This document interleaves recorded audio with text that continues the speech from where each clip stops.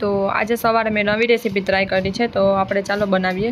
તો મેંદાના લોટમાં આપણે મીઠું, પાણી, તેલ અને આપણે થોડાક જીરું વાટીને આપણે લોટ બાંધી લેવાનો છે. જીરું ના હોય તો અજવાઈન નાખવાના અને લોટ તૈયાર કરી અને થોડીક વાર આપણે એને ઢાંકી દઈશું. તો 5 મિનિટ માટે આપણે લોટ ઢાંકી દેવાનો છે.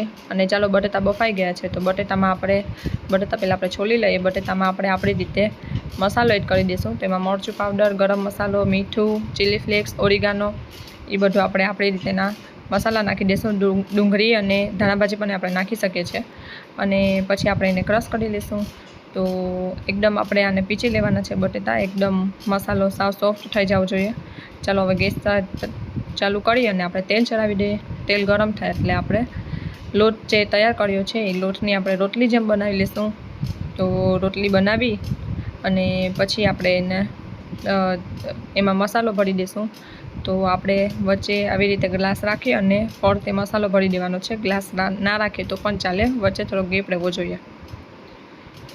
અને પછી ગ્લાસ કાઢી અને આવી રીતે આને પીસ કરી દઈશું ચારે બાજુથી.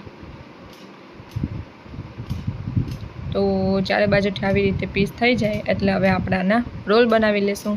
તો તેલ આપણું ગરમ થઈ ગયું છે, તો ચલો આપણે હવે રોલ બનાવી લઈએ. તો આવી રીતે રોલ બનાવી અને સાઈડમાં મૂકી દઈશું. તો ચાલો પહેલાં આપણે બધા રોલ બનાવી લઈએ.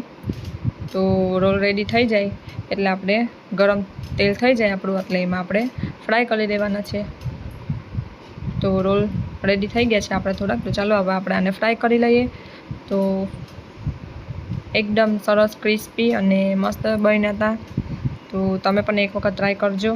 તો ચાલો આપણા રોલ રેડી થઈ ગયા છે. તો ચાલો આપણે હવે રોલ કાઢી લઈશું. તો તનિષને બહુ લંચમાં ભાવ્યા. તો ચાલો બીજી રીતે પણ આપણે આવી જ રીતે પહેલાં જેમ કર્યું એવી જ રીતે આપણે બીજી વખત પણ અહીં તળી દઈશું. અને બીજી વખત પણ એ થઈ જાય એટલે આપણે ગરમા ગરમ રોલ તૈયાર છે. તો ચાલો આપણે તનિષને ટ્રાય કરાવી દઈએ. તો તનિષને પણ બહુ ભાવ્યા, તનિષને પણ બહુ સરસ લાગ્યા. તો તમે પણ એક વખત ટ્રાય કરજો. ચાલો બાય.